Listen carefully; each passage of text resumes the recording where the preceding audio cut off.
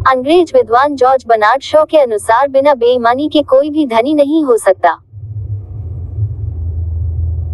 हमारे देश में अंग्रेजी राज व्यवस्था, भाषा, साहित्य, संस्कृति तथा संस्कारों ने जड़ तक अपनी स्थापना कर ली है, जिसमें छद्म रूप की प्रधानता है। इसलिए अब यहाँ भी कहा जाने लगा है कि सत्य, ईमानदारी तथा कर्तव्य निष्ठा से कोई काम नहीं बन सकता। दरअसल हमारे यहाँ समाज कल्याण अब राज्य की विषय वस्तु बन गया है, इसलिए धनिक लोगों ने इससे मुंह मोड़ लिया है।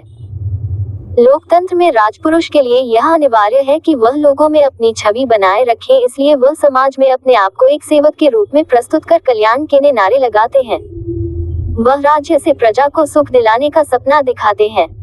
योजनाएं बनती हैं, पैसा व्यय होता है, पर नतीजा फिर भी वही ढाक के तीन पात रहता है।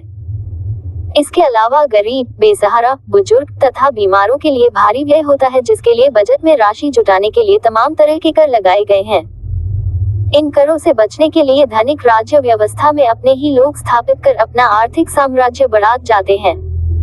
उनका पूरा समय धन संग्रह और उसकी रक्षा करना हो गया है, इसलिए धर्म और दान उनके लिए महत्वहीन हो गया है। सामवेद में कहा गया है कि ऋतावृद्धो ऋतस्पृशो बहरंतम क्रतु ऋतेन आशाय। सत्य प्रसारक तथा सत्य को स्पर्श करने वाला कोई भी महान कार्य सत्य से ही करते हैं। सत्य सुकर्म करने वाला शस्त्र है, वाचवर्थ है। सत्य वचनों का विस्तार करना चाहिए। वसियत विश्वसीयशान ओजस। विद्वान तेज हो तो पूज्य होता है। कहने का अभिप्राय है कि हमारे देश में सत्य की बजाय भ्रम और नारों के सहारे ही आर्थिक, राजकीय तथा सामाजिक व्यवस्था चल रही है। राज्य ही समाज का भला करेगा, यह सत्य है। एक मनुष्य का भला दूसरे मनुष्य के प्रत्यक्ष प्रयास से ही होना संभव है, पर लोकतांत्रिक प्रणाली में राज्य शब्द निराकार शब्द बन गया है। करते लोग हैं, पर कहा जाता है कि राज्य कर रहा है। अच्छा करे तो लोग श्रेय लेते हैं और बुरा हो तो राज्य के खाते में डाल देते हैं। इसी तरह से छद्म रूप से ही हम अपने कल्याण की अपेक्षा करते हैं, जो कि अप्रकट है।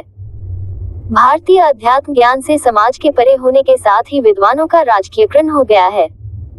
ऐसे में असत्य और कल्पित रचनाकारों को राजकीय सम्मान मिलता है और समाज की स्थिति यह है कि सत्य बोलने विद्वानों से पहले लोकप्रियता का प्रमाण पत्र मांगा जाता है। हम इस समय समाज की दुर्दशा देख रहे हैं, वह असत्य मार्ग पर चलने के कारण ही। सत्य एक ऐसा शस्त्र है जिससे सुकर्म किए जा सकते हैं। जिन लोगों को असत्य मार्ग सहज लगता है उन्हें ये समझाना मुश्किल है, पर तत्वज्ञानी जाते हैं कि क्षणिक सम्मान से कुछ नहीं होता, इसलिए वह सत्य के प्रचार में लगे रहते हैं और कालांतर में इतिहास उनको अपने पृष्ठों में उनका नाम समेट लेता है।